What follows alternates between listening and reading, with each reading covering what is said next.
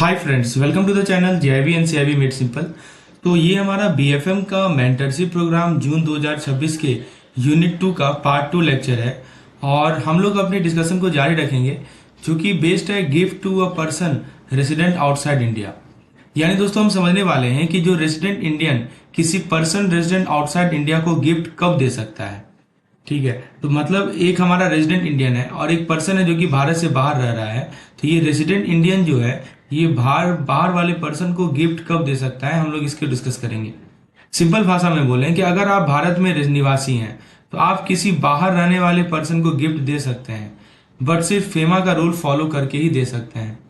तो main rule super important है। Main rule यही कहता है कि देखो, गिफ्ट सिर्फ तब अलाउड है जब जिसको गिफ्ट दे रहे हैं वो कंपनीज एक्ट 2013 के हिसाब से आपका रिलेटिव हो। राइट, तो वही कह रहा है कि गिफ्ट अलाउड ओनली व्हेन, तो ये लिखा है ना, gift allowed only to relative as per the companies act 2013। मतलब कि जिसको आप गिफ्ट दे रहे हैं, गिफ्ट से सिर्फ तब अलाउड होता है दोस्तों जब आप जिसको गिफ्ट दे रहे हैं वो कंपनीज एक्ट 2013 के हिसाब से आपका रिलेटिव हो। राइट, ओल्ड वाला 1956 एक्ट का लिस्ट अब वैलिड नहीं है। पहले था 1956 का लिस्ट, अब उसे हटाकर 2013 का लिस्ट आ गया है। अब दोस्तों इसका रूल क्या है वो थोड़ा देख लीजिए कि gift allow only if receiver is the relative. ये वर्ड बहुत इंपॉर्टेंट है, जो रिसीवर है वो रिलेटिव है एज पर सेक्शन 2 सबसेक्शन 77 और rule 4 of the companies act. Right, तो बस इस लाइन को याद रख लीजिए, पूरा चैप्टर क्लियर हो जाएगा। तो गिफ्ट कब अलाउड है? जब रिसीवर जो रिलेटिव हो, डिफाइंड अंडर सेक्शन 2 सबसेक्शन 77। तो इसका एक एग्जांपल मैं आपको प्रोवाइड करता हूं। जैसे मान लीजिए कि एक रेसिडेंट है, वो अपने स्टेप ब्रदर को गिफ्ट दे सकता है पर स्टेप डॉटर को गिफ्ट नहीं दे सकता है ना। ये साफ साफ लिखा हुआ है कि एनी रेसिडेंट, कोई भी रेसिडेंट है वो अपने स्टेप ब्रदर को गिफ्ट दे सकता है बट अपनी स्टेप डॉटर को गिफ्ट नहीं दे सकता। तो रिसीवर और रिलेटिव हो, डिफाइंड अंडर सेक्शन 2 सबसेक्शन 77। तो आई होप ये क्लियर हो गया होगा कंसेप्ट की। मेन बात यही ध्यान रखिएगा कि आप किसी बाहर रहने वाले पर्सन को गिफ्ट दे सकते हैं, लेकिन फेमा का रूल फॉलो करना होगा। गिफ्ट तभी अलाउड है जिसको आप गिफ्ट दे रहे हैं वो कंपनीज एक्ट 2013 के हिसाब से आपका रिलेटिव होना चाहिए। ठीक है, आप कंपनीज एक्ट 2013 में एक लिस्ट बना हुआ है जिसमें लिखा हुआ है कि देखो ये सब पर्सन रिलेटिव होते हैं। तो उस लिस्ट में दोस्तों स्टेप ब्रदर आता है but step daughter does not comes. Please note it down. आइए अगला जो कंसेप्ट है वो है रिलेटिव का डेफिनेशन। अभी मैंने आपको बताया ना कि हाँ, रिलेटिव को आप दे सकते हैं। आखिर रिलेटिव होता कौन है? तो आइए देखते हैं डेफिनेशन क्या है। तो एक्चुअली फेमा का जो गिफ्टिंग का रूल समझने के लिए सुपर इंपॉर्टेंट है रिलेटिव को समझना। एक पर्सन तब रिलेटिव माना जाता है जब वो इन 3 कैटेगरी में से किसी एक में से फॉल करता है। If they fall under the 3 categories. तो कौन सा 3 कैटेगरी है? पहला लिखा है HUF का मेंबर हो, हिंदू अनडिवाइडेड फैमिली का मेंबर हो। दूसरा लिखा है हस्बैंड एंड वाइफ और तीसरा लिखा है लिस्ट ऑफ स्पेसिफाइड रिलेशन, जो कि 2013 एक्ट में क्लियरली डिफाइन है। HUF का मेंबर रिलेटिव कहलाएगा, फिर हस्बैंड एंड वाइफ, और फाइनली कह रहा है कि लिस्ट ऑफ स्पेसिफाइड रिलेशन। तो दोस्तों याद रखिएगा कि 2013 एक्ट ने रिलेटिव की लिस्ट काफी छोटी कर दी कंपेयर टू ओल्ड 1956 एक्ट। 1956 का एक्ट था, उसमें लिस्ट बहुत ही लंबा था और 2013 एक्ट में क्या हुआ कि लिस्ट को काफी छोटा कर दिया। इसका मतलब कि पुरानी लिस्ट वाली बहुत सारे रिलेटिव को अब एक्सक्लूड कर दिया गया है। तो कौन कौन से इंक्लूडेड रिलेटिव है वो जरा देख लीजिए। तो देखिए, फादर है इंक्लूडिंग स्टेप फादर रिलेटिव में आते हैं, मदर है इंक्लूडिंग स्टेप मदर रिलेटिव में आते हैं, सन इंक्लूडिंग स्टेप सन रिलेटिव में आता है, डॉटर्स रिलेटिव में है, डॉटर्स हस्बैंड रिलेटिव में है, brother including step brother relative में है, sister including step sister relative में है। तो देखिए दोस्तों, ऐसे समझिए कि बाकी इस लिस्ट से बाहर कोई रिलेटिव नहीं है। तो दोस्तों इस पे केस स्टडी बन सकता है, ठीक है, कि आप रिलेटिव है या नहीं है, गिफ्ट दे सकते हैं या नहीं दे सकते। तो आपको पहले ये समझना पड़ेगा कि हाँ, ये सभी जो हमारा कंपनीज एक्ट 2013 का जो लिस्ट आया ना, राइट, कंपनीज एक्ट 2013 का जो लिस्ट आया उसमें ये सब रिलेटिव माने जाते हैं। तो देखिए दोस्तों, स्टेप मदर रिलेटिव है लेकिन ग्रैंड मदर रिलेटिव नहीं है। ग्रैंड मदर का कोई जिक्र ही नहीं है यहाँ पे, there is no mentioning of grand mother. Right, तो स्टेप मदर रिलेटिव माना जाता है लेकिन ग्रैंड मदर रिलेटिव नहीं माना जाता है। तो आई होप ये याद रहेगा आपको। तो एक सिंपल लाइन में याद रखिएगा कि कंपनीज एक्ट 2013 का जो लिस्ट है ये शॉर्टर रिलेटिव लिस्ट है और इसीलिए फेमा गिफ्टिंग में पहले वाले कई रिलेटिव अब अलाउड नहीं है। Right, so many earlier relative are excluded from for FEMA gifting. चलिए अब हम लोग इस पे कुछ इंपॉर्टेंट फॉर्मूलाज देख लेते हैं जो अभी हमने समझा। राइट, कुछ रूल्स देख लेते हैं। सबसे पहला रूल आपको क्या बताया कि देखिए, बेसिकली फेमा के 2 इंपॉर्टेंट रूल्स हैं। सबसे पहला है कि देखो, गिफ्ट सिर्फ रिलेटिव को ही अलाउ होता है और ये रिलेटिव कंपनीज एक्ट 2013 के हिसाब से डिसाइड होती है। गिफ्ट किसको अलाउ होगा, केवल रिलेटिव को गिफ्ट दे सकते हैं as per companies act 2013। Simple meaning है दोस्तों कि अगर आप भारत में बैठकर किसी को गिफ्ट देना चाहते हैं, अब गिफ्ट में आप पैसा हो सकता है दे सकते हैं, you can gift as money, you can gift as property. तो यदि आप भारत में बैठकर किसी को गिफ्ट देना चाह रहे हैं, चाहे वो मनी हो या प्रॉपर्टी हो, राइट, तो वो रिलेटिव लिस्ट में होना चाहिए, तभी आप दे सकते हैं। तो वो रिलेटिव लिस्ट में होना चाहिए। और कंपनीज एक्ट 2013 वाला जो लिस्ट है वो फेमा गिफ्टिंग में एप्लीकेबल लिस्ट है। और सेकेंड रूल हमने ये देखा कि देखिए, एक रेसिडेंट दूसरे रेसिडेंट को फॉरेन करेंसी में गिफ्ट नहीं दे सकता। Gift not allowed by resident to another resident in foreign currency, right, ये ध्यान रखना है, स्पेशली जब वो पैसा फॉरेन अकाउंट में क्रेडिट होना हो तो, राइट। तो मैं फिर से बता दूं दोस्तों, एक रेसिडेंट जो है दूसरे रेसिडेंट को फॉरेन करेंसी में गिफ्ट नहीं दे सकता। जैसे ये मान लीजिए रेसिडेंट 1 है, ये मान लीजिए रेसिडेंट 2 है, so you can not give gift to the resident number 2, right. किस किस करेंसी में, फॉरेन करेंसी में गिफ्ट नहीं दे सकता, समझ में आया दोस्तों। स्पेशली जब वो पैसा फॉरेन अकाउंट में क्रेडिट होना है तो, मान लीजिए कि ये जो पैसा है ये कहाँ क्रेडिट होना है, फॉरेन अकाउंट में क्रेडिट होना है तब। सिंपल मीनिंग है कि भारत में रहने वाला आदमी को इंडिया में रहने वाले दूसरे आदमी को डॉलर, पाउंड, यूरो में गिफ्ट देना अलाउड ही नहीं है। मतलब दोनों आदमी रेजिडेंट ही है, दोनों आदमी भारत में ही रह रहा है, तो ये इसको गिफ्ट में फॉरेन करेंसी नहीं दे सकता, डॉलर नहीं दे सकता, पाउंड नहीं दे सकता, यूरो नहीं दे सकता, कोई भी फॉरेन करेंसी नहीं दे सकता। फॉरेन अकाउंट में डालना तो बिल्कुल ही अलाउड नहीं है, समझे। तो ये बातें समझ में आ गई। तो हमने 2-3 चीजें सीखी यहाँ से कि देखिए दोस्तों, 2013 का जो एक्ट है ना उसको न्यूक्लियर फैमिली एक्ट बोलते हैं। इसका मतलब कि 2013 का एक्ट सिर्फ close blood relation plus spouse plus HUF को रिलेटिव मानता है।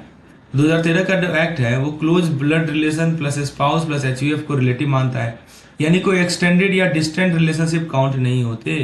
तो इसमें दोस्तों नो एक्सटेंडेड और distance relation is counted,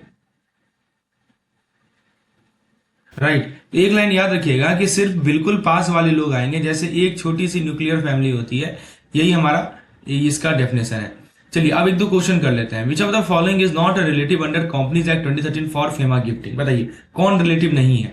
step brother I think है, स्टेप सिस्टर है, स्टेप डॉटर नहीं है, डॉटर हस्बैंड है। तो हमारा जो पुराना एक्ट था 1956 का, उसमें स्टेप डॉटर थी, लेकिन फिर उसको 2013 के एक्ट में एक्सक्लूड कर दिया गया। चलिए एक क्वेश्चन देखते हैं दोस्तों, इस तरह का केस स्टडी आता है एग्जामिनेशन में। तो कह रहा है कि देखो, एक रेजिडेंट है जिसने गिफ्ट किया $10,000 किसी दूसरे रेजिडेंट को उसके फॉरेन बैंक अकाउंट में क्रेडिट करने के लिए। Is this permitted, fully allowed, allowed with RBI, not allowed. Yes, सही जवाब है नॉट अलाउड।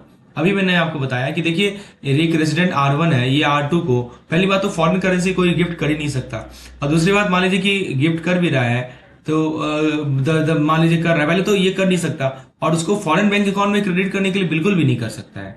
समझे बात को दोस्तों। आपके साथ जो मैं कंटेंट शेयर कर रहा हूं ये हमारे कॉम्प्रिहेंसिव कोर्स का पार्ट है। कंप्लीट वीडियो लेक्चर आपको एक तरह का सैंपल डेमो है जो कि आपको यूट्यूब पे मिलता है। कंप्लीट डेमो लेक्चर के लिए आप मुझे व्हाट्सएप कर सकते हैं इस पार्टिकुलर नंबर पर, क्योंकि मैं डेली बेसिस पे आपको BFM का अपडेटेड नोट्स प्रोवाइड कर रहा हूँ। सारे इंपॉर्टेंट पॉइंट्स को हम लोग बहुत ही तरीके से समझ रहे हैं। पहले हम लोग उसके शॉर्ट नोट्स को देखते हैं, उसके बाद दोस्तों उस पर जो न्यूमेरिकल MCQs बन सकते हैं वो देखते हैं, कैसे पॉइंट को याद रखना ये भी मैं बताता हूँ। तो इस प्रकार से दोस्तों आपके मैकमिलन बुक से एक एक चीज को मैग्नीफाई करके आपके सामने प्रस्तुत किया जा रहा है। चलिए आगे बात करते हैं डोनेशन टू अ पर्सन और ऑर्गेनाइजेशन आउटसाइड इंडिया। आइए इसको समझते हैं। तो फेमा का जो LRS है इसके 2 सिंपल कंसेप्ट को समझेंगे, डोनेशन आउटसाइड इंडिया और एमिग्रेशन एक्सपेंस। तो सबसे पहला है donation to a person outside India. देखिए दोस्तों, एक रेजिडेंट इंडियन कोई भी पर्सन, NGO या ऑर्गेनाइजेशन को इंडिया के बाहर डोनेशन दे सकता है। तो कोई भी हमारा रेजिडेंट इंडियन है ये डोनेशन दे सकता है, किसी डोनेशन दे सकता है, किसी भी पर्सन को डोनेशन दे सकता है जो कि भारत के बाहर हो, राइट। तो कोई भी पर्सन हो या कोई भी ऑर्गेनाइजेशन हो या कोई भी NGO हो, राइट, जो कि भारत के बाहर डोनेशन दे सकता है under the LRS, liberalised remittance scheme के अंदर ये अलाउड है, राइट। यानी कि एक साल में अपनी मैक्सिमम लिमिट तो आपको बताइए $2.5 लाख पर फाइनेंशियल ईयर, यानी एक साल में आप मैक्सिमम $2.5 लाख तक डोनेशन भेज सकते हैं, right, for any person, for any organisation, for any NGO outside India. इसका रूल बिल्कुल सिंपल है कि जो डोनेशन होना चाहिए नॉन कॉमर्शियल, मतलब कि प्रॉफिट मेकिंग डोनेशन नहीं होना चाहिए, और दूसरा लिखा है कि बोनाफाइड होना चाहिए, मतलब कि जेन्युइन पर्पस के लिए होना चाहिए, कोई सेडी काम के लिए नहीं होना चाहिए। Should be bonafide, that means the purpose should be genuine, right. The purpose should be genuine, there should be no shady reason. मैं एक एग्जांपल लेके समझाता हूँ। जैसे मान लीजिए कि $5,000 जो है किसी फॉरेन एनजीओ को देना, ठीक है, ये बिल्कुल अलाउड है under LRS. You can give $5,000 to a foreign NGO, this is completely allowed under LRS. चलिए, तो अगर मान लीजिए रीजन जेन्युइन है तो अमाउंट एलआरएस लिमिट के अंदर अलाउड होता है, प्लीज याद रखेंगे।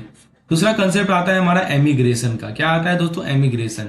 तो अगर आप किसी दूसरे कंट्री में सेटल या इमिग्रेट हो रहे हैं और वो कंट्री कुछ फॉरेन एक्सचेंज अमाउंट डिमांड करती है, तो आप वो पैसा भेज सकते हैं। मैं फिर से बता दूं दोस्तों, जैसे ये मान लीजिए आप हैं, आप क्या कर रहे हैं, किसी फॉरेन कंट्री में सेटल हो रहे हैं, ठीक है, या इमिग्रेट हो रहे हैं, और वो कंट्री कुछ फॉरेन एक्सचेंज अमाउंट डिमांड करती है, तो आप वो पैसा भेज सकते हैं। लिखा है ना, sending foreign exchange as required by the country of immigration. आप मान लीजिए किसी दूसरे कंट्री में सेटल हो रहे हैं, इमिग्रेट हो रहे हैं, और वो कंट्री कुछ फॉरेन एक्सचेंज अमाउंट डिमांड करती है, तो आप वो पैसा भेज सकते हैं। तो इसमें की आइडिया क्या है दोस्तों, याद रखिएगा, अगर इमिग्रेशन अथॉरिटी को रिक्वायर्ड अमाउंट $2.5 लाख से ज़्यादा चाहिए, समझे, तो जो इमिग्रेशन अथॉरिटी है उसको रिक्वायर्ड अमाउंट $2.5 लाख से ज़्यादा चाहिए, तो $2.5 लाख के ऊपर ही भी अलाउड है। बस आपके पास डॉक्यूमेंट्री प्रूफ होना चाहिए, you should have documentary proof. तो लिख रहा है ना, बियॉन्ड $2.5 लाख जो अलाउड है if required by immigration authority plus documentary proof, ठीक है। तो अगर इमिग्रेशन अथॉरिटी को रिक्वायर्ड अमाउंट $2.5 लाख से ज़्यादा चाहिए तो फिर आप दे सकते हैं। इसके ऊपर भी अलाउड होता है, क्योंकि आपको पता ही है कि $2.5 लाख लिमिट है लारिस के अंदर, राइट। इसके ऊपर चाहिए तो फिर अलाउड है, लेकिन आपके पास डॉक्यूमेंट्री प्रूफ होना चाहिए। यानी दोस्तों एक्चुअल इमिग्रेशन रिक्वायरमेंट की रिसीट, लेटर, प्रूफ, ये सब चाहिए। इसका रूल यही कहता है दोस्तों कि देखो, एक्स्ट्रा फॉरेन एक्सचेंज सिर्फ इंसिडेंटल एक्सपेंस के लिए अलाउड है, right. Extra foreign exchange allowed for incidental expense, ये हमारे बॉन्ड खरीदने के लिए, लैंड के लिए, इन्वेस्टमेंट के लिए अलाउड नहीं है।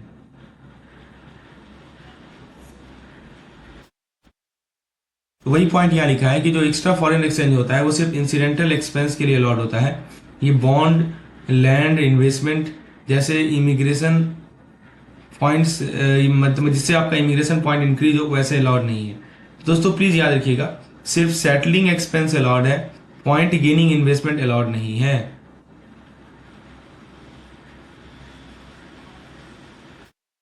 एक्स्ट्रा फॉरेन एक्सचेंज सिर्फ इंसिडेंटल एक्सपेंस के लिए अलाउड है। ये bond, land, investment, for this purpose these are not allowed, please remember it. तो यहाँ पे लिखा भी गया है कि सिर्फ सेटिंग एक्सपेंस अलाउड है, right, and point gaining investment allowed नहीं है।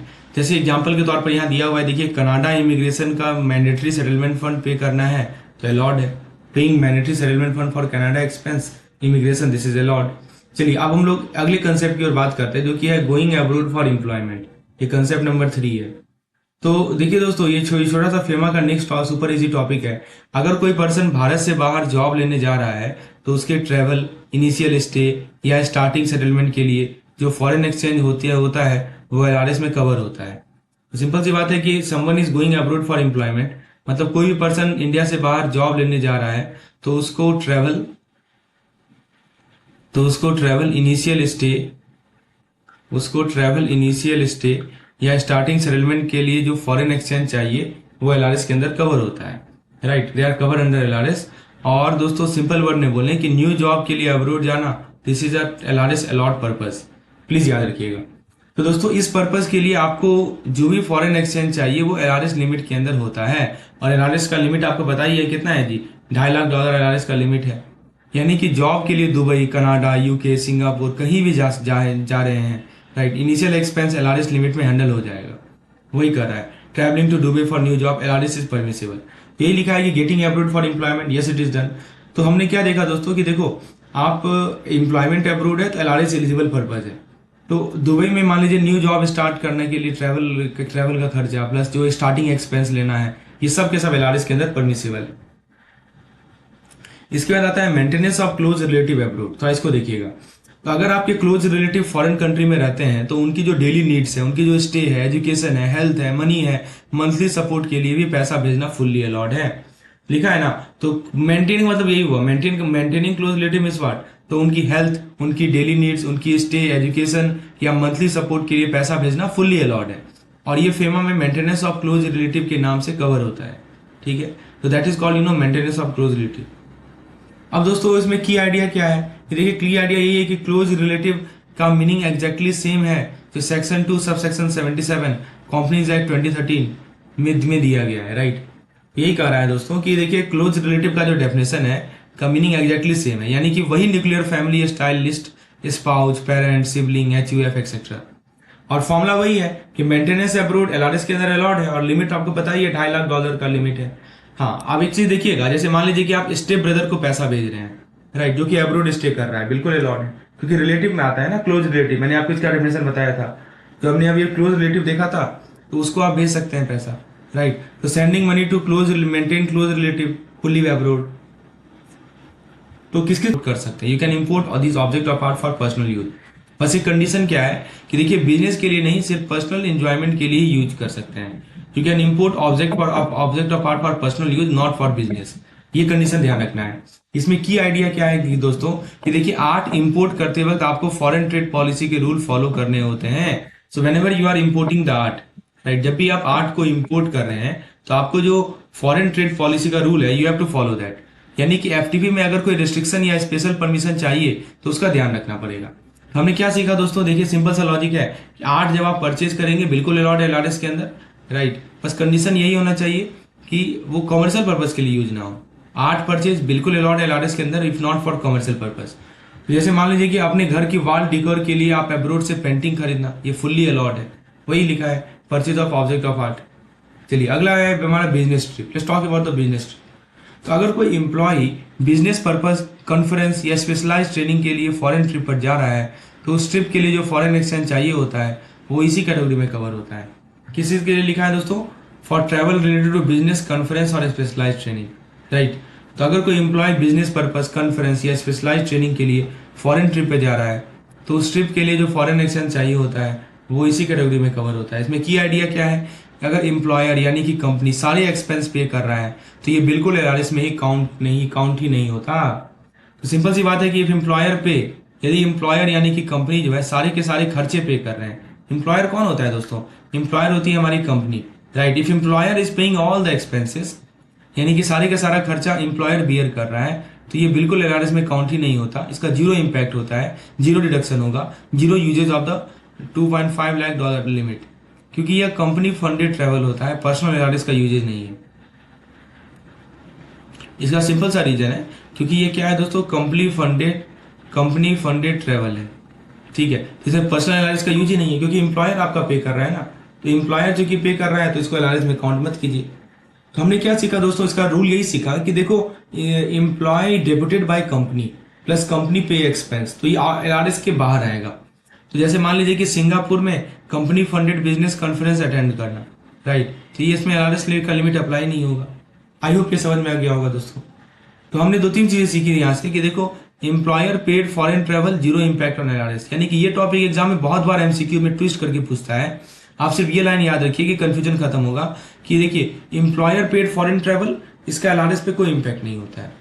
आई होप ये याद रहेगा। अब एक बार हम जितना भी फॉर्मूला अभी तक पढ़े हैं, न्यूमेरिकल अभी रूल पढ़े हैं, उसको रिकॉल कर लेते हैं, राइट। Let's see. तो पहला रूल मैंने आपको क्या बताया कि देखो इमिग्रेशन एफएक्स यानी इमिग्रेशन फॉरेन एक्सचेंज यदि आपका $2.5 लाख से ज्यादा का है तो ये अलाउड होता है, लेकिन अलाउड तभी है कि जब इमिग्रेशन जो है रूल्स डिमांड करे और डॉक्यूमेंट्री प्रूफ आप शो करें। सिंपल वर्ड में बोलें कि अगर इमिग्रेशन कंट्री बोलती है कि आपको $2.5 लाख से ज्यादा फंड दिखाने या पे करने हैं तो एक्स्ट्रा फॉरेन एक्सचेंज अलाउड है, लेकिन आपको प्रूफ देना पड़ेगा। आई होप ये याद रहेगा। दूसरा फॉर्मूला हमने ये देखा कि देखो employer funded business travel is equal outside LRS and no limit. मतलब क्या हुआ कि सिंपल सी बात है, इसका मीनिंग यही है कि कंपनी अगर आपका बिजनेस ट्रिप स्पॉन्सर कर रही है, यानी मान लीजिए कि कंपनी आपका बिजनेस ट्रिप क्या कर रही है, स्पॉन्सर कर रही है, तो एलआरएस का मीटर जीरो हो जाएगा, नो एलआरएस, राइट, कोई लिमिट अप्लाई नहीं होता, राइट। तो एलआरएस का meter zero, outside LRS no limit.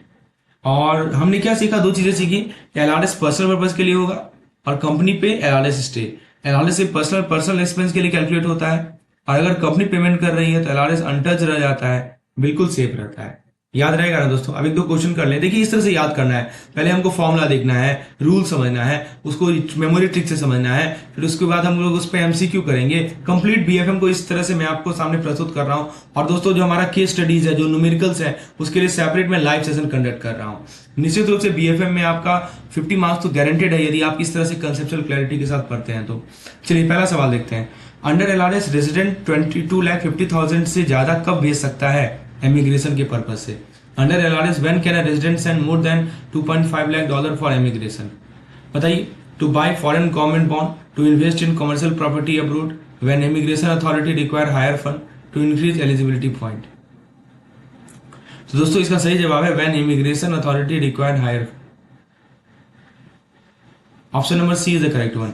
जब आपकी इमिग्रेशन अथॉरिटी, सिंपल सी बात है कि एक्स्ट्रा फॉरेन एक्सचेंज तब अलाउड है जब immigration authority clearly medical treatment. तो एक और इंपॉर्टेंट फेमा का एलआरएस टॉपिक है जो कि मेडिकल ट्रीटमेंट अब्रोड है।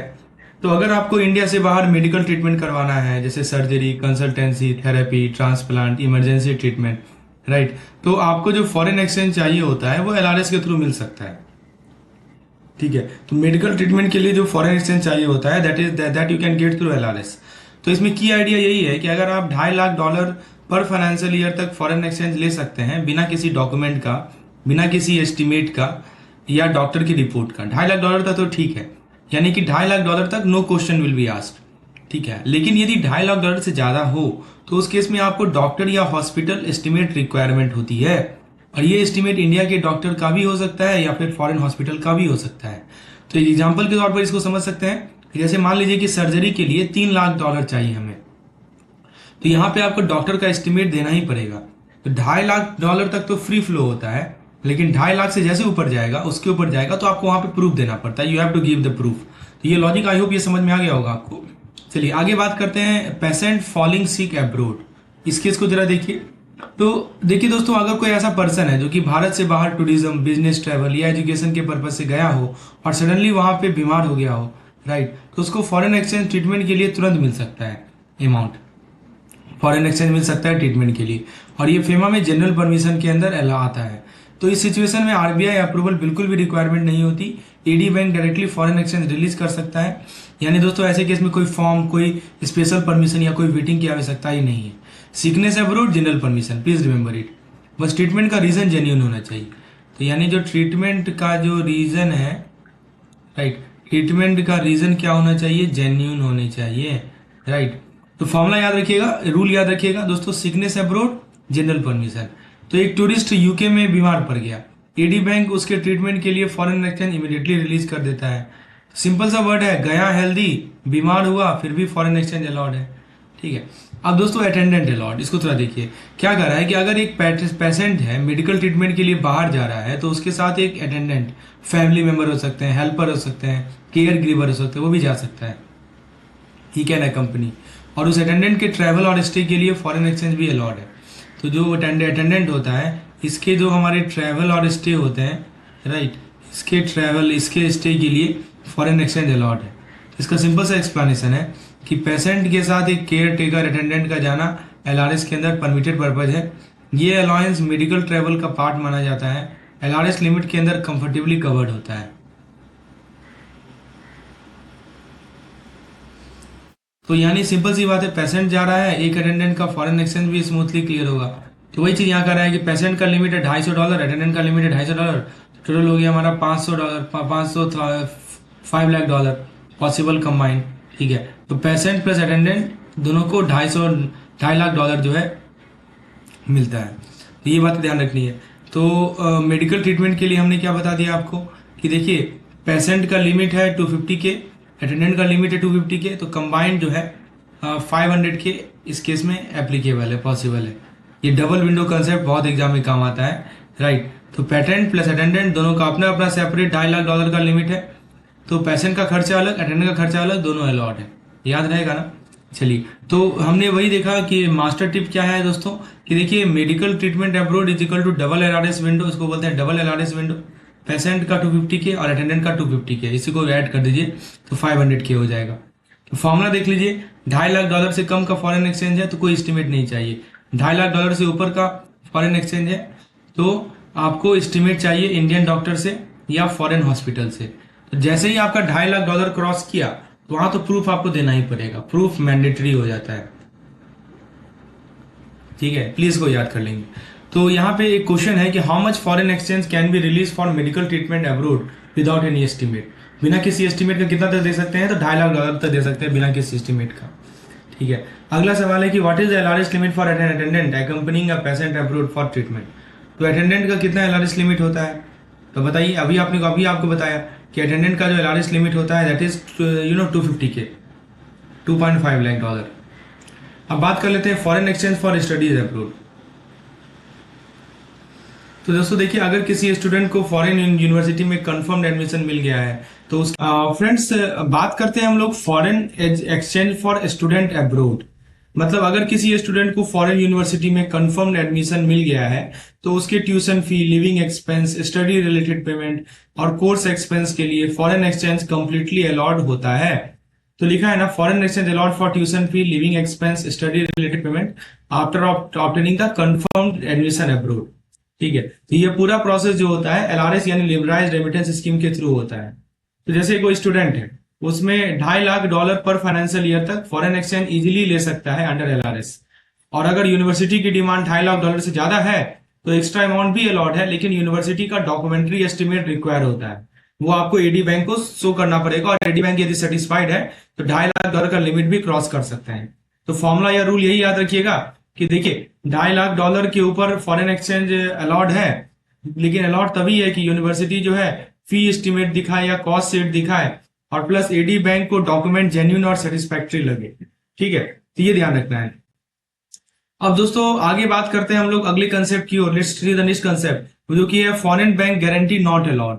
राइट, तो किस केस में फॉरेन बैंक की गारंटी नॉट अलाउड नहीं अलाउड होती है, पहले तो डेफिनेशन देख लीजिए। What is the definition here.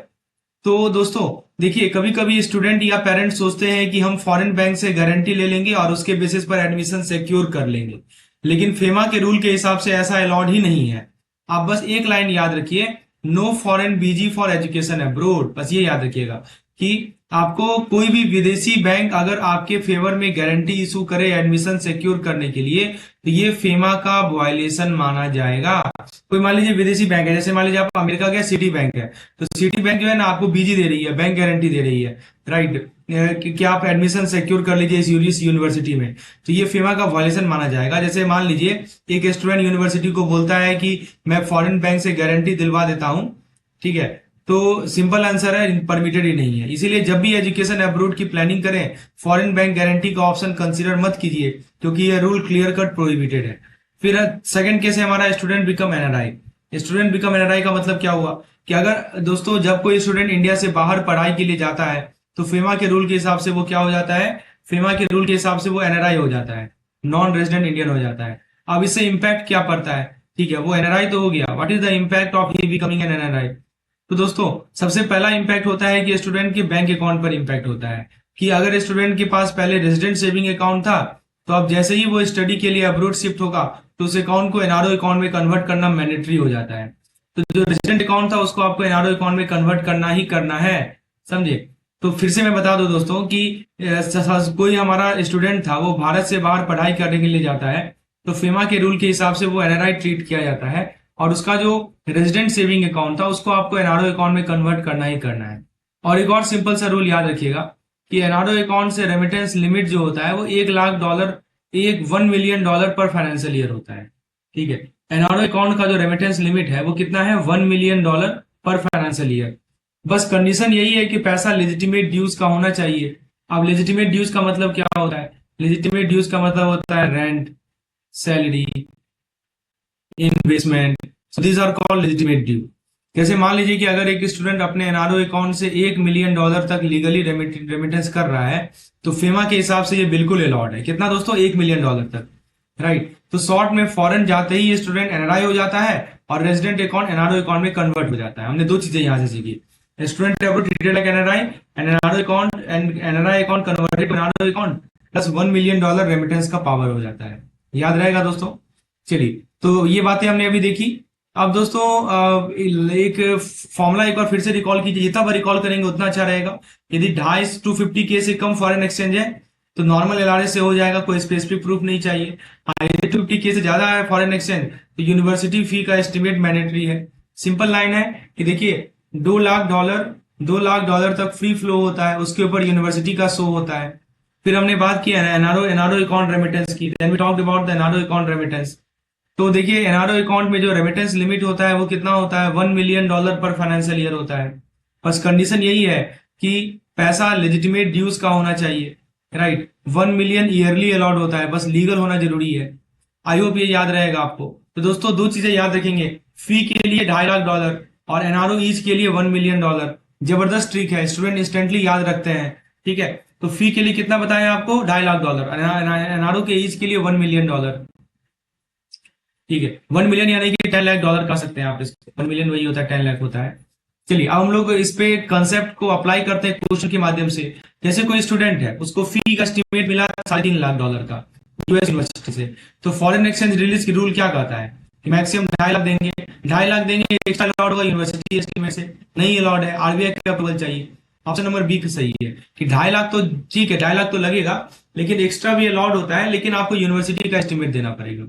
अगला सवाल है, what is the maximum remittance permitted from NRO account for a student treated as NRI. तो मैक्सिमम रेमिटेंस पर कितना परमिट होता है एनआरओ अकाउंट से, अभी बताया आपको, बेसिकली 1 मिलियन होता है, यानी $10 लाख होता है, राइट। प्लीज को याद रखेंगे, $10 लाख। अब दोस्तों हम लोग थ्रेशोल्ड रूल अंडर टीसीएस। तो टीसीएस तब लगता है जब आपका टोटल एलआरएस रेमिटेंस जो है 10 लाख पर फाइनेंशियल ईयर से क्रॉस कर जाता है, लिखा है ना। जब टोटल रेमिटेंस जो है आपका 10 लाख पर फाइनेंशियल ईयर से ज्यादा हो जाता है तब टीसीएस लगता है। तो और टोटल का मतलब क्या हुआ, यहाँ पे एक वर्ड यहाँ लिखा है total. What is the meaning of this total.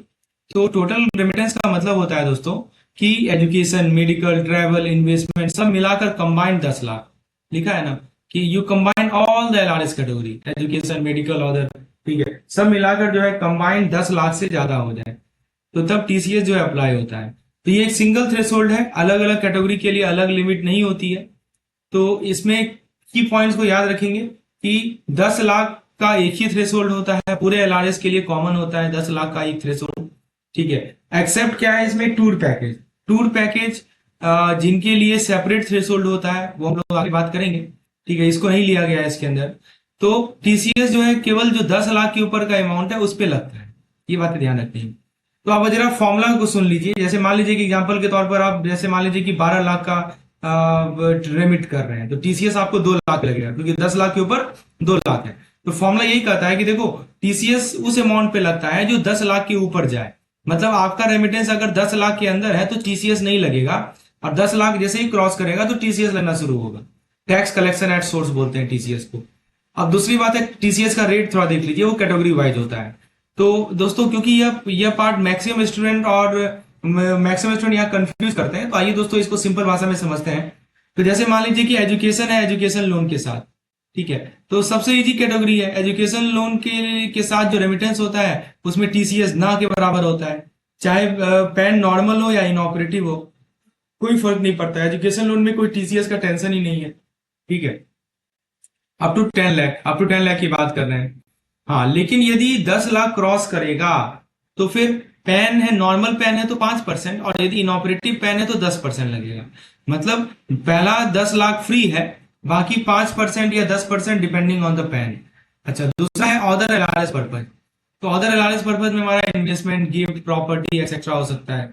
तो यही रूल थोड़ा हैवी लगता है, बट बहुत सिंपल है कि 10 लाख तक कोई टीसीएस नहीं लगेगा, और 10 लाख के ऊपर 20% का टीसीएस लगेगा, ठीक है। तो हमने एजुकेशन में क्या देखा, 5% और 10%, और उसके ऊपर जो है इन्वेस्टमेंट, गिफ्ट और प्रॉपर्टी में हमने देखा कि 10 लाख तक नो टीसीएस, और 10 लाख के ऊपर जो है 20% का टीसीएस लगता है। तो दोस्तों याद रखिएगा, इन्वेस्टमेंट जो है 20% होता है आफ्टर 10 लाख। फिर एक होता है ओवरसीज टूर पैकेज।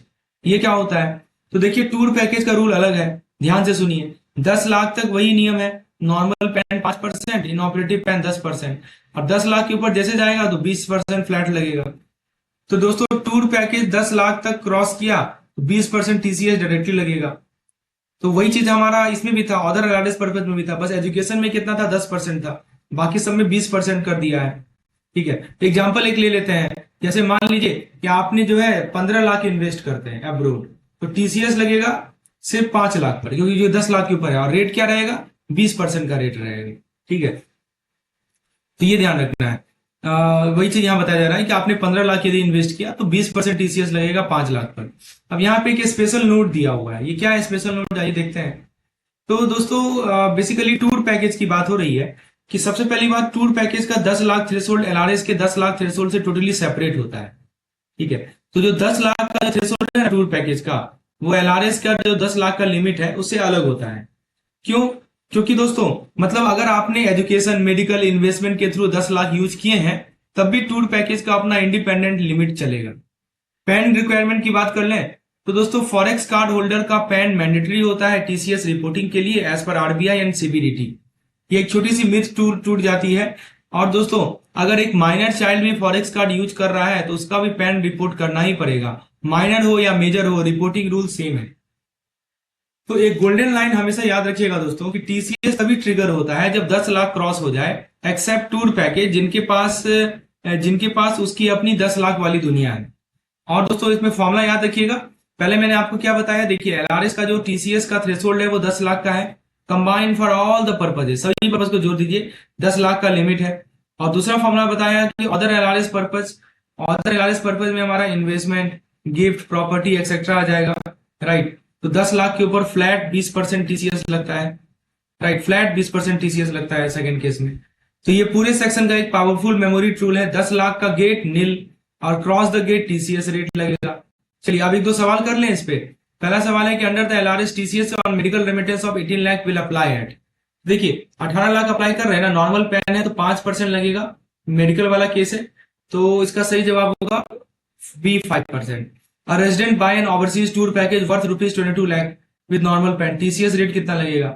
देखिए 22 लाख है तो 20% लगेगा, है ना। जो भी हमारा 12 लाख है, क्योंकि देखिए 10 लाख तो पहले से हटा दीजिए, तो इस 12 लाख पे कितना लगेगा, 20% लगेगा, यानी कि ऑप्शन नंबर सी करेक्ट होगा। अब बात कर लेते हैं दोस्तों एलआरएस रेमिटेंस टू आईएफएससी और गिफ्ट सिटी, बहुत इंपॉर्टेंट टॉपिक है। गिफ्ट सिटी को हम लोग आगे यूनिट नंबर 9 में अच्छे से देखेंगे।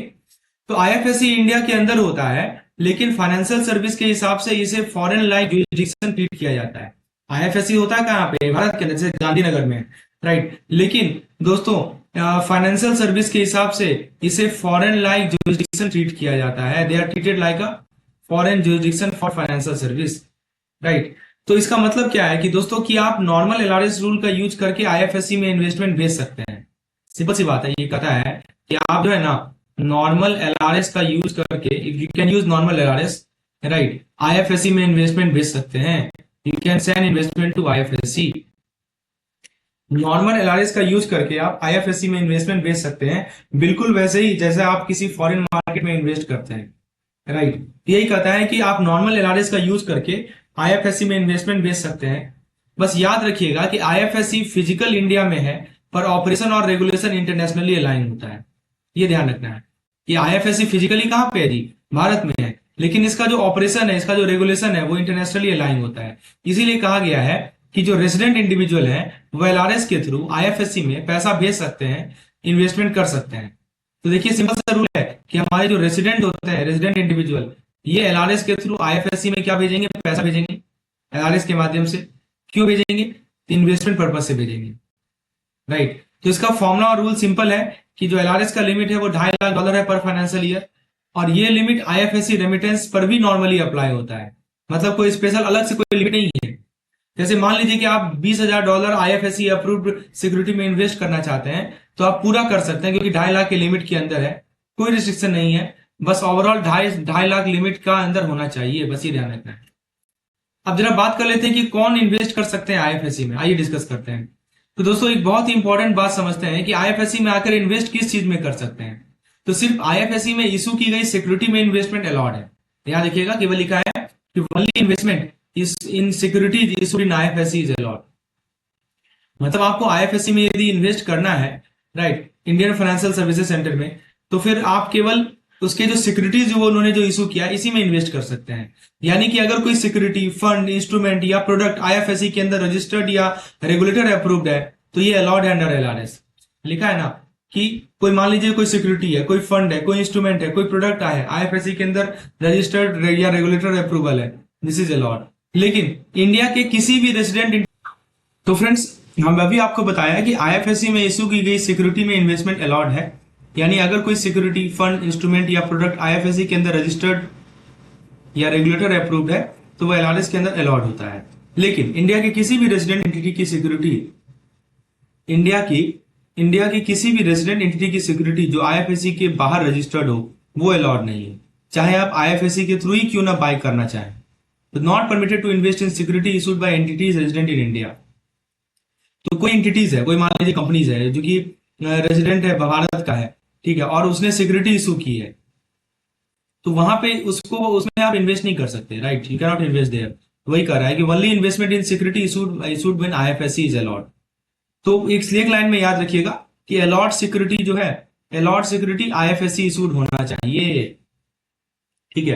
तो देखिए ऐसे याद रखिए कि आईएफएससी ब्रोकर में इन्वेस्ट करना बिल्कुल अलाउड है, लेकिन रिलायंस के शेयर आईएफएससी के थ्रू लेना नहीं अलाउड है, क्योंकि रिलायंस इंडियन रेजिडेंट एंटिटी है, आईएफएससी इशूड नहीं है ना। आप रिलायंस का शेयर आईएफएससी के माध्यम से ले रहे खरीद रहे हैं, this is not allowed under the LRS. तो आप बेसिकली क्या इन्वेस्ट कर सकते हैं आईएफएससी में, तो जो सिक्योरिटी आईएफएससी इन्वेस्ट इशू की है केवल उसी में इन्वेस्ट कर सकते हैं। हम एलआरएस के पर्सपेक्टिव में बात कर रहे हैं, ठीक है। तो ये ध्यान रखना है दोस्तों, not permitted to invest in security issued by entity resident in India outside IFSC. तो एलआरएस के माध्यम से आप जो है रिलायंस के शेयर में इन्वेस्ट नहीं कर सकते हैं। अच्छा, एक और कंसेप्ट है आईएफएससी फॉरेन करेंसी अकाउंट का, इसको बोलते हैं एफसीए। तो आप देखिए दोस्तों, आईएफएससी में एक non interest bearing foreign currency account खोला जा सकता है, लिखा है ना, non interest bearing foreign currency account को आप आईएफएससी में ओपन कर सकते हैं, बस इन्वेस्टमेंट रूटिंग के पर्पज के लिए होगा। इसका मतलब है कि इस अकाउंट में आप पैसा डाल सकते हैं, फिर डायरेक्टली इन्वेस्टमेंट में यूज हो सकता है, राइट। तो non interest bearing foreign currency account can be open in IFSC for investment. तो इस अकाउंट में आप पैसा डाल सकते हैं, फिर डायरेक्टली इन्वेस्टमेंट में यूज हो सकता है। इसमें की आइडिया यही है कि यह अकाउंट कोई नॉर्मल सेविंग अकाउंट नहीं है, इसका यूज सिर्फ इन्वेस्टमेंट रूटिंग के लिए अलाउड है। It is use for only for routing investment, domestic payment, card swipe या जनरल यूज के लिए बिल्कुल अलाउड नहीं है, नॉट फॉर जनरल यूज और डोमेस्टिक पेमेंट। तो अभी आपको बताया दोस्तों कि we just now we are talked about the IFSC foreign currency account. तो ये अकाउंट कोई नॉर्मल सेविंग अकाउंट नहीं होता है, इसका यूज सिर्फ इन्वेस्टमेंट रूटिंग के लिए अलाउड होता है, आईएफएससी एफसीए अकाउंट। तो फॉर्मूला ऐसा है कि देखिए, अगर इस आईएफसीए में पैसा 15 दिन से ज्यादा आइडल पड़ा है तो उसे वापस अपने आईएनआर अकाउंट में रिपेट्रिएट करना मैंडेटरी है। यदि आइडल फंड 15 दिन से ज्यादा है तो it must be repatriate to the INR account. यानी सिंपल सी बात है कि जो हमारा आईएफएससी एफसीए है ये पार्किंग स्पॉट नहीं है, it's not a parking spot, बस शॉर्ट टर्म रूट लेन है। फिर से बता दो दोस्तों, आईएफएससी का जो एफसीए होता है, फॉरेन करेंसी अकाउंट होता है, ये इसको non interest bearing foreign currency account खोला जा सकता है इन्वेस्टमेंट रूटिंग के पर्पज के लिए। इस अकाउंट में आप पैसा डाल सकते हैं, फिर डायरेक्टली इन्वेस्टमेंट में यूज होता है, कोई नॉर्मल सेविंग अकाउंट नहीं है, क्योंकि नॉन इंटरेस्ट बियरिंग है, इंटरेस्ट नहीं मिलता है, सिर्फ इन्वेस्टमेंट रूटिंग के लिए अलाउड है, डोमेस्टिक पेमेंट, कार्ड स्वाइप या जनरल यूज के लिए बिल्कुल अलाउड नहीं है। और अगर 15 दिन से ज्यादा आइडल पैसा पड़ा है तो उसे वापस अपने आईएनआर अकाउंट में रिपेट्रिएट करना ही करना है, मतलब रूटीन के लिए होता है। तो यहाँ पे दोस्तों इसको एग्जांपल से समझ लेते हैं कि जैसे मान लीजिए कि अगर $1 यूएसडी को क्रेडिट हुआ 1 जून को, मतलब आपने मान लीजिए कि $1 जो है, $1 जो है क्रेडिट किया, ठीक है, कब क्रेडिट किया, अगर $1 क्रेडिट किया 1 जून को, राइट, और 17 जून तक उसे यूज ही नहीं किया, राइट, तो ये 15 दिन का लिमिट क्रॉस कर दिया। अभी आपको बताया ना 15 दिन का लिमिट है, तो 15 दिन का लिमिट क्रॉस कर गया, इसीलिए पैसा वापस डोमेस्टिक आईएनआर अकाउंट में भेजना मैंडेटरी है। सिंपल रूल है, आईएफएससी का जो एफसीए है इसमें पैसा ज्यादा देर तक पार्क नहीं रह सकता, समझे, यही बताया जा रहा है। अब आता है रिस्ट्रिक्शन पे। तो दोस्तों एक सुपर इंपॉर्टेंट कंसेप्ट है रिस्ट्रिक्शन ऑन आईएफएससी एफसीए। तो कुछ ट्रांजेक्शन बिल्कुल प्रोहिबिटेड है, जैसे कि डोमेस्टिक सेटलमेंट, लिखा है ना, some transaction, sudden transaction are strictly prohibited, no domestic settlement with resident using IFSC FCA. मतलब कि आप आईएफएससी एफसीए के पैसा किसी भी इंडियन रेजिडेंट को पे नहीं कर सकते। आपको बताया ना कि एक तरह का non interest bearing current account type का होता है, इसमें जो पैसा आपने पार्क किया इसका यूज आप ये नहीं कर सकते कि किसी भारतीय निवासी को पे नहीं कर सकते, चाहे दोस्त हो, वेंडर हो, फैमिली हो, कोई भी इंडियन रेजिडेंट हो, पेमेंट अलाउड ही नहीं है। दोस्तों फॉर्मूला याद रखिएगा कि आईएफएससी का जो एफसीए अकाउंट होता है वो सिर्फ आईएफएससी इन्वेस्टमेंट के लिए होता है, डोमेस्टिक पेमेंट के लिए बिल्कुल नहीं होता है, this is not for the domestic payment, right. तो देखिए एक लाइन का एग्जांपल है, जैसे मान लीजिए कि आप आईएफएससी एफसीए से अपना इंडियन वाला फ्रेंड को 15,000 रुपया भेजना चाहते हैं, आईएफएससी एफसीए अकाउंट है आपके पास, और आप 15,000 रुपया अपने भारतीय दोस्त को भेजना चाह रहे हैं, तो बोलता है IFSC this is not allowed. एमा बोलता है नॉट अलाउड, क्योंकि आप आईएफएससी एफसीए से अपने इंडियन वाले फ्रेंड को 15,000 भेजना चाह रहे हैं तो नहीं भेज सकते हैं, साफ साफ साफ नियम कहता है। ठीक है, तो IFSC foreign market inside India, LRS rule will apply, right. And but investment सिर्फ आईएफएससी इशूड सिक्योरिटी में ही अलाउड है। ये लाइन कंसेप्ट दोस्तों आपको 100% क्रिस्टल क्लियर बना देगा। आई होप ये चीजें क्लियर हो गई होंगी।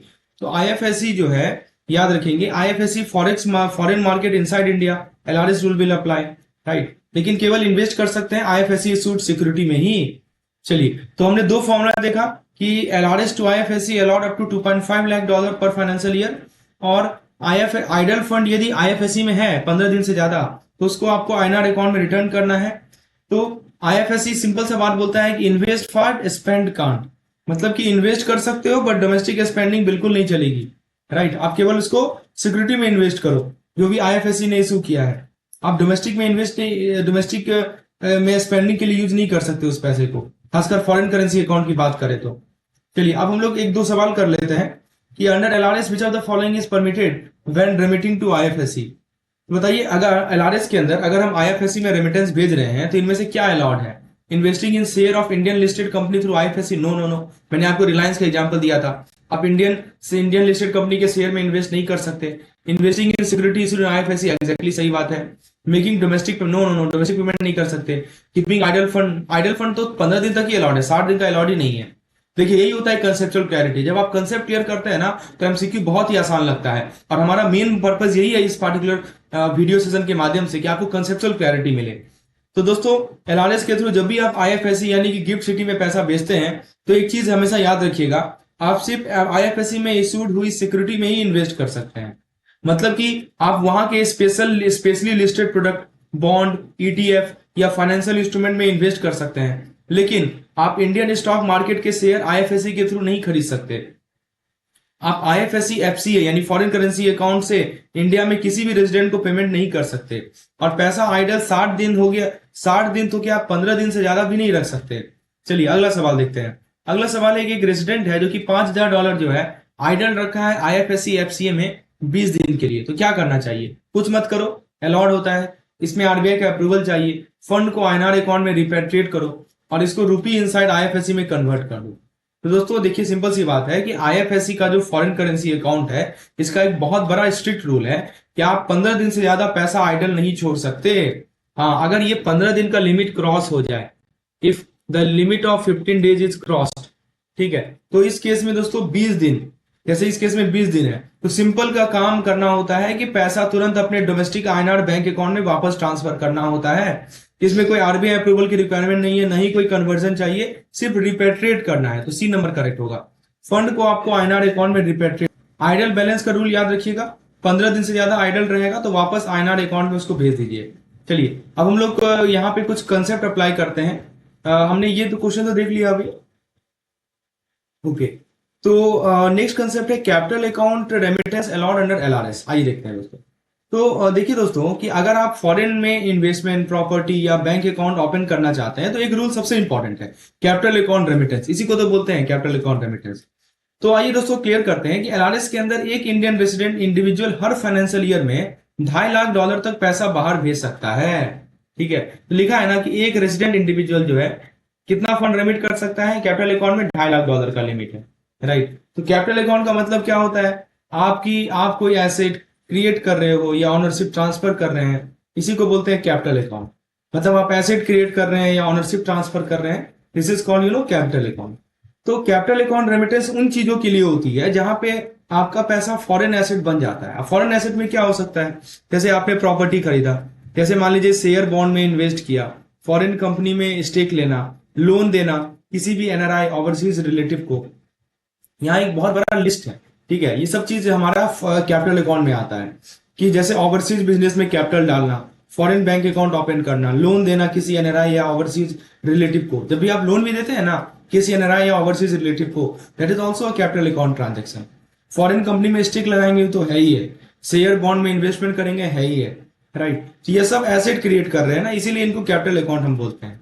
तो इसका गोल्डन रूल याद रखिएगा कि capital remittance allowed only if explicitly mentioned in the LRS list। ये एक्सप्लिसिटली आपको लिखा रहेगा। मतलब सिंपल सी बात है कि अगर एलआरएस लिस्ट में नाम लिखा है तो अलाउड है, अगर एलआरएस लिस्ट में नाम नहीं लिखा है तो नॉट अलाउड है। गेस वर्क अलाउड ही नहीं है, सिर्फ जो क्लियरली परमिटेड है वही अलाउड है। समझे? मतलब कैपिटल रेमिटेंस अलाउड होता है यदि वो एक्सप्लिसिटली मेंशन होना चाहिए, guess work is not permitted. तो दोस्तों हमने क्या सीखा यहां से कि देखिए एलआरएस के अंदर दोस्तों $2.5 लाख पर ईयर अब्रोड भेज सकते हैं, ठीक है। और कैपिटल अकाउंट से क्या होता है, एसेट कन्वर्ट टू प्रॉपर्टी, ठीक है। Investment loan foreign currency account, rule क्या कहता है, सिर्फ वही कैपिटल ट्रांजेक्शन अलाउड है जो एलआरएस लिस्ट में क्लियरली लिखा हो, राइट। तो रूल यही कहता है कि वही कैपिटल ट्रांजेक्शन अलाउड है जो एलआरएस लिस्ट में क्लियरली लिखा हो। जैसे फॉरेन बैंक अकाउंट ये अलाउड है, opening of foreign bank account this is allowed under the capital account transaction. अब एक कंसेप्ट है बाइंग इमूवेबल प्रॉपर्टी अब्रोड। तो एलआरएस के थ्रू आप इंडिया से बाहर कोई भी प्रॉपर्टी जैसे अपार्टमेंट, विला, लैंड परचेज कर सकते हैं, और सबसे बड़ी बात आरबीआई अप्रूवल की आवश्यकता भी नहीं है। तो दोस्तों बस एक कंडीशन याद रखिएगा कि सारा outward remittance $2.5 lakh per financial year की लिमिट के अंदर होना चाहिए। अगर आप सिंगल हैं या ज्वाइंटली खरीद रहे हैं तो लिमिट पर पर्सन काउंट होती है, ठीक है। तो यहाँ पे देखिए रूल फॉर्मूला क्या लिखा है, देखिए रूल यही लिखा है कि जैसे मान लीजिए कि आप दुबई या लंदन में घर लेना है तो एलआरएस का लिमिट फॉलो करना है। मनी जो है ट्रायल क्लीन होना चाहिए, किसी भी टाइप का आरबीआई अप्रूवल आपको नहीं चाहिए, ठीक है। तो दुबई में अपार्टमेंट खरीदना बिल्कुल अलाउड है, लेकिन आपको लिमिट परमिसिबल होना चाहिए। फिर लिखा है इन्वेस्टमेंट अब्रोड। तो आज हम 6 कैटेगरी में सबसे पहले 2 कैटेगरी को कवर करेंगे। सबसे पहला लिखा है शेयर ऑफ लिस्टेड और अनलिस्टेड फॉरेन कंपनी।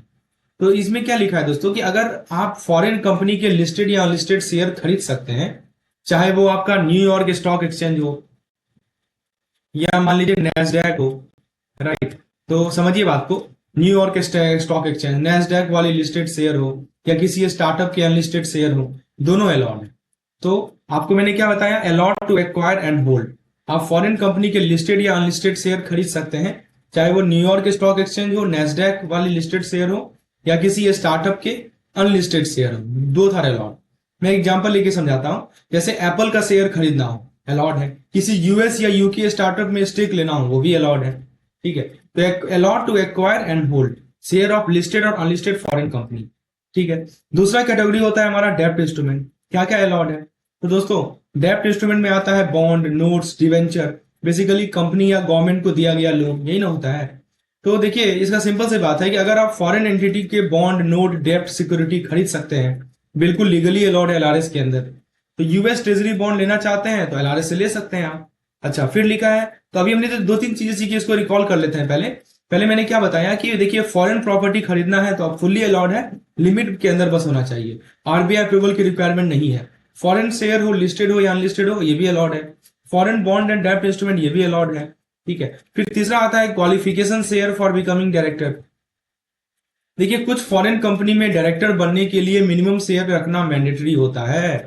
कुछ ऐसे फॉरेन कंपनी होते हैं जिनमें डायरेक्टर बनने के लिए मिनिमम शेयर रखना मैंडेटरी होता है। अगर कंपनी बोले कि डायरेक्टर बनने के लिए 1 या 10 शेयर रखना जरूरी है तो ये शेयर एलआरएस के थ्रू खरीदना बिल्कुल अलाउड है, ठीक है ना। कुछ फॉरेन कंपनी में डायरेक्टर यदि बनना है तो आपको इतना शेयर तो रखना ही होगा, ठीक है। तो वो आप एलआरएस के थ्रू कर सकते हैं, ठीक है। जैसे मान लीजिए फॉरेन कंपनी का डायरेक्टर बनना है और वो बोलता है कि देखो 5 शेयर जो है रखना पड़ेगा, ठीक है। हाँ बिल्कुल अलाउड है, this is allowed under LRS. फिर हम बात करते हैं share in lieu of salary और डायरेक्टर रिमनरेशन। तो अगर आपको सैलरी या रिमनरेशन के बदले कंपनी शेयर देगी, जैसे कि आपका ईएसओपी हो गया, एम्प्लॉय स्टॉक एक्सचेंज ऑप्शन हो गया, राइट, जैसे कि आपका आरएसयू हो गया, जैसे कि आपका स्टॉक ग्रांट हो गया, राइट। तो मैं क्या बता रहा हूं दोस्तों कि अगर आपको सैलरी या रिमनरेशन के बदले कंपनी शेयर देगी तो ये भी अलाउड है, क्योंकि ये सर्विस के बदले कॉम्पेंसेशन होता है, ठीक है। तो share in lieu of salary और डायरेक्टर रिमनरेशन, जैसे मान लीजिए कि यूएस कंपनी में काम कर रहे हैं और वो आपको ईएसओपी देती है, this is also allowed under LRS. फिर कहता है mutual fund, BCF, promissory note, unrated डेप्ट। तो देखिए अगर ये कैटेगरी सबसे ब्रॉड होता है कि आप foreign mutual fund, venture capital fund, promissory note, unrated डेप्ट इंस्ट्रूमेंट सब में इन्वेस्ट कर सकते हैं। तो फॉरेन वीसी फंड में इन्वेस्टमेंट बिल्कुल अलाउड है, राइट, प्लीज याद रखेंगे।